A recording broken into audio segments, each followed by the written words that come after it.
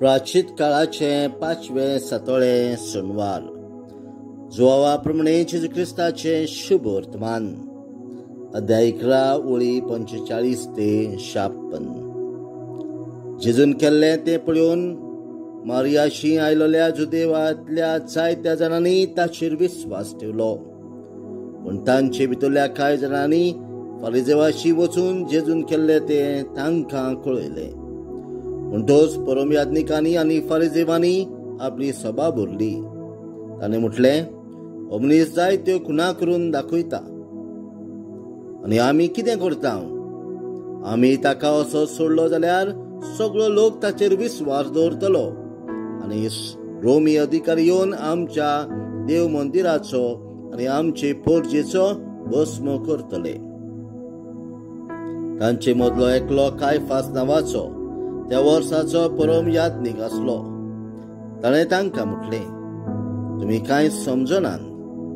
सगळ्या राष्ट्राचो भस्म जावचे परस पोरजे पासत एकलो मेल्यार अदीक बरें म्हूण तुमी समजत नात. हें ताणें आपल्याच मनांतलें म्हटलें ना, पूण त्या वर्साचो परम याज्ञीक कसो ताणें अशें बाकीत केलें की जेजू पोरजे पासत मरचो आसलो आनी न्हयच पोरजे पासत पण देवाच्या ऐस पयस पडलेल्या भुरग्यांक जमा करून एक करचे पासत. त्या दिसा थावन ताका जिवेशी मारूंक ते येवं चिंताले.